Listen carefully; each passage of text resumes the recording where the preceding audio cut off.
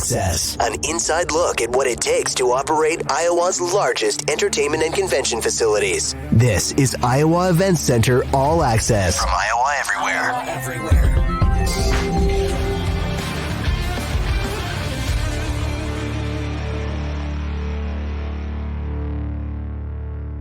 All right, what's up, everyone? Welcome back to another episode of All Access here on the Iowa Everywhere Podcast Network. Matt Van Winkle, Adam Flack here. We are live on location again. Boy, first time that the public will get to see our new space down where the old Iowa Hall of Pride was. So we're excited to show it to everybody today.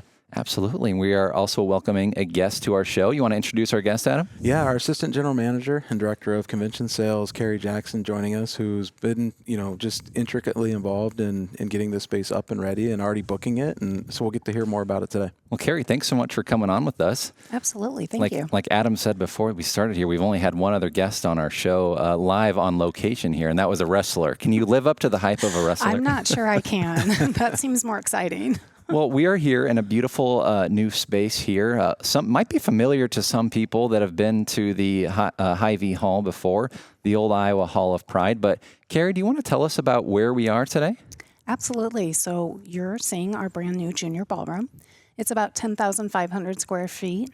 It's divisible by 3. So it really caters to those medium-sized events, those events from 150 up to 600. And then, of course, attached, we have 8 breakout meeting rooms that help supplement this space for those groups that need those breakout rooms. Like we were talking about, Adam, this used to be the Hall of Pride, familiar to many sports fans locally here. What was the decision to renovate this space into more of a conventional space for people to use for events? Yeah, well, I think, the Iowa Hall of Pride served the state well since we opened in 2005 and closed down June 30th of 2022. And as they were looking to vacate the space, I think Carrie can hit on it more. I think this space was originally designed to be a junior ballroom, and then the Hall of Pride brought their displays here. But Carrie, maybe talk about, once we knew that the space was going to be vacated, what was that process like to decide, hey, we need the space anyway, we can serve more customers and a different type of customer down here. So kind of walk us through what went into that decision and how the plans came together.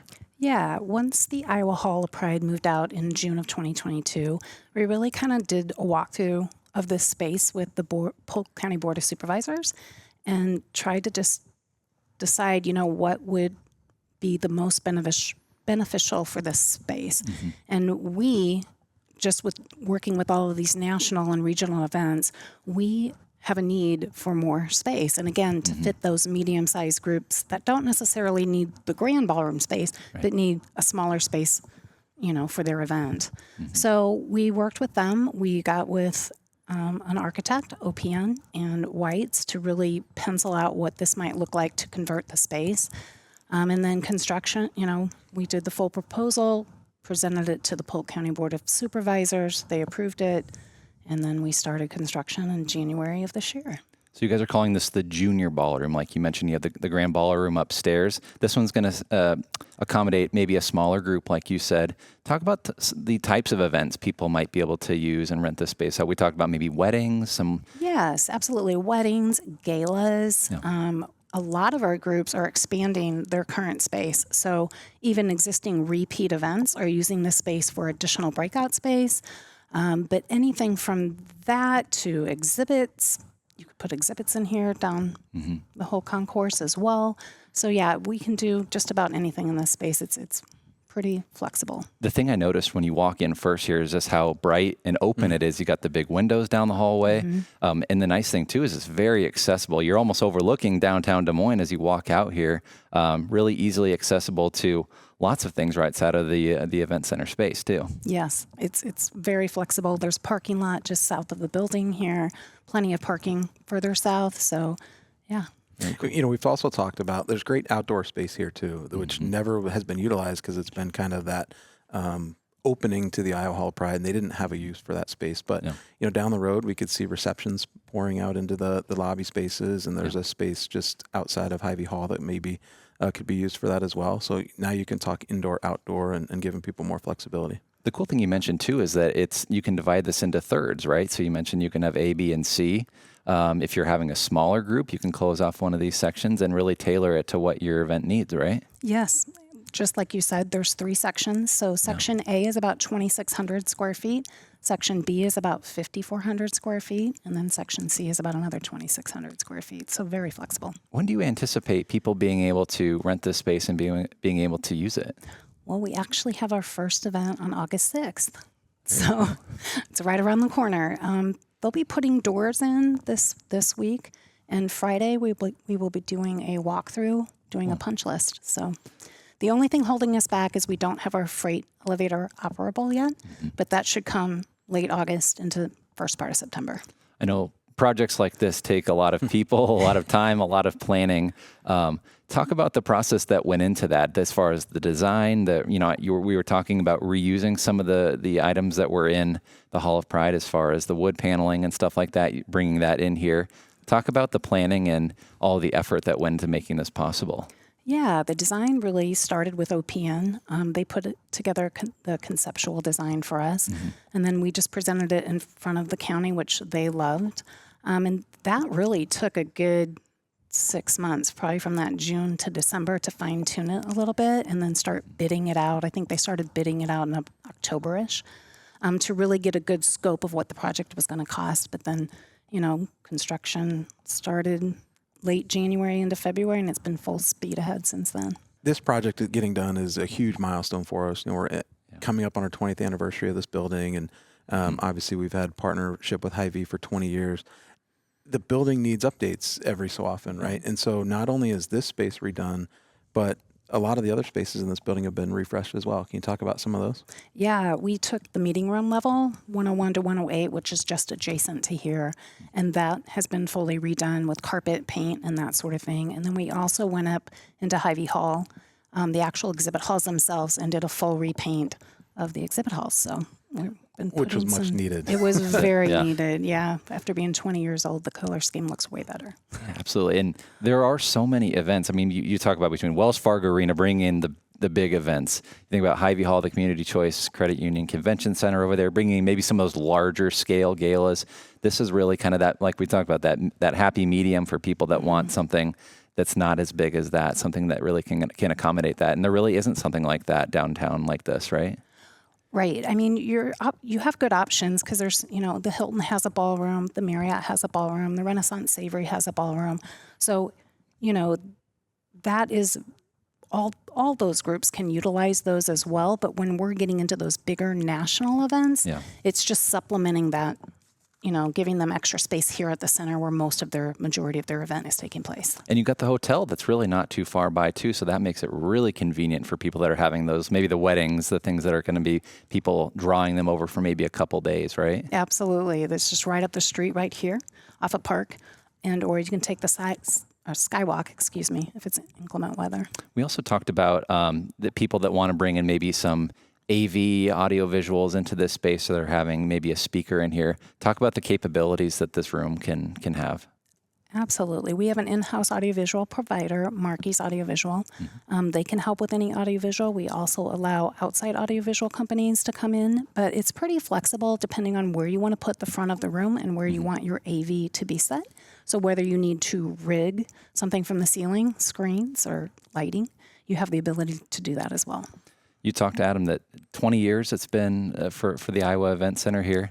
Yeah, the end of this year will be 20 years of this building. I think we were late fall when we opened Hy-Vee Hall. And then the arena next summer in July will be 20 years in July of 2025. So it's been a lot of different events going through here and a lot of coordination. But Carrie, maybe talk about these events don't just happen with our staff. A lot of them, we do a lot of the work here, but what's it take? We just ended a basketball tournament today. We have USA Volleyball moving in tomorrow. What's it take from a community effort to bring some of these events in? Great question, Adam. And yes, we work closely with Catch Des Moines and the Hilton and the Marriott and all of the hotels throughout the surrounding metro area.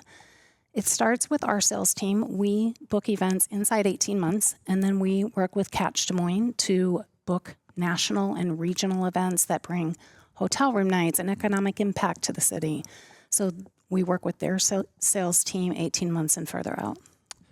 So for people that are wanting to book this space, how can they do that? They can just call the sales line here at the Iowa Event Center, and that starts the process. We'll ask a lot of questions. How many people? What type of setup are you looking for? What dates are you looking at? Are those dates flexible? All kinds of questions go into it so we can check availability.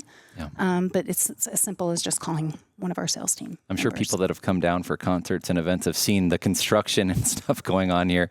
And so I'm sure, like you said, you've already got an event booked for August. So that's really exciting. Yeah. And as we get, later into the fall and the winter, I'm thinking of a lot of big companies that have their Christmas parties and stuff. This seems like a great space for something like that. Yep, absolutely. We've started with some local corporations that have expanded into this space, or were here, a couple years ago, maybe went off site for once, but now they see that we have a new Junior Ballroom, so they're back interested again. So yeah, it's going to fill a good need. Yeah, that's very cool. I'm excited to see when it's being fully used, because it's cool that when a project gets completed, then you're like, we want people in here. We want them to be using the space. We do too. Yeah, you can still smell the fresh paint and the fresh lighting. We got ladders and stuff, and I know it's a hard hat area right now, and they're wrapping things up. But what's been the best part of this project that you've been able to be part of? Oh, wow. Both OPN and Whites have been so great to work with. I think that partnership has been really good. And just seeing it come to fruition, right? Like when we first looked at this space after Iowa Hall of Pride moved out, it was hard to imagine and conceptualize. And when you look at the renderings and now you look at how it's turned out, it's spectacular. I think one of the things for me is the ability for Polk County to see into the future and see what we're going to need and anticipate that. I think not enough can be said great about the Polk County Board of Supervisors and the people we're working with every day. It's never a no. It's, hey, Hall of Pride is moving out. What do you think about this? Yeah. How can you get it done? Just show us what you can do. So I think as we move forward as well, we've never had them say no to a project that makes sense. And so who knows what the possibilities will be next. What's next as we continue to grow. When we opened, we had 4 venues. We had Vets Auditorium, the Arena, Hy-Vee Hall, and then the Polk County Convention Complex, where the YMCA is now. And when that decision was made to renovate Vets and close down the Plex, as it was called, work with community choice, it was always yes. It was always how can we make it better for the community, which then will drive more economic impact. So who knows what's next, but I think it's a great start to get this place open and continue after 20 years. I know that transition, as you mentioned, Vets, the transition from that to more of a convention center space, that was a big project as well, too.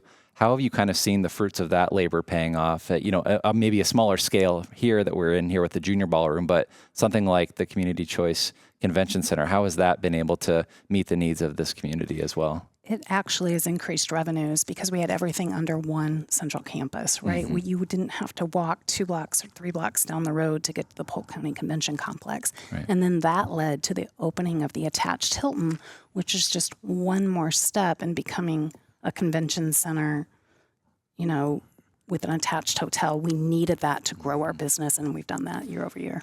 And I'm thinking, too, this is connected to the Skywalk system, too, right? Yes, All of this. Yes, it is. And so that helps in the wintertime, with the Iowa Ag Expo and Iowa Pork Producers, all of those events that come in the wintertime. Yeah, as we record this, it's like 100 degrees outside. But I guess you think of Skywalk in the winter, but in the summer, you might want that, too, a little air conditioning. Yeah, that's true. Well, Carrie, thank you so much for hopping on with us and talking about this great new space. Adam, this was really cool to see. Thanks for having us down. Yeah. And I know you wanted to talk too. We have some new announcements coming through. I know Barry Manilow is coming August 1st here at Wells Fargo Arena. Tell us about the cool things coming to Wells Fargo. Yeah, that's our next event. So Barry Manilow, August 1st in the arena. The Barnstormers just finished their season last weekend, so they did not make the playoffs, so their season is over. The Iowa Wild announced their schedule, so you can go to iowaeventcenter.com and see the next season of Iowa Wild games. And then the Wolves just introduced their 3-pack. So they've been selling season tickets to get access to the Timberwolves game. Yeah. They now have a 3 plus the Timberwolves game pack that you can buy. So if you go to iawolves.com, you can see all the information about the Timberwolves game. Get the NHL game. I know that we talked about with Chris in the last episode that everything's going well. Tickets are selling for that as well, too. Tickets are selling great for that one. Nice. We've been pleasantly surprised about the sales for that game. And so as we get closer to that, we're going to have a great crowd on a Monday night or on a Sunday night, for that NHL preseason game. And NBA, as you mentioned, with the Minnesota Timberwolves coming for a preseason game as well. Yeah, that game October 11th, so it's a Friday night in October to kind of kick off that season. And you saw Garza just signed for 2 more years there. Yep. And you got Ant playing in the Olympics, so there's a lot of excitement about the Timberwolves. There's a lot of stuff going on around Des Moines. It's summer. There's a lot of cool things going on. HyVeeTix.com, though, if you want to get in on any of the concerts coming to Wells Fargo Arena and the great events you guys have going on here. For Adam Flack, for Kerry Jackson, I'm Matt Van Winkle. Thank you so much for tuning in to another episode of All Access presented by the Iowa Event Center.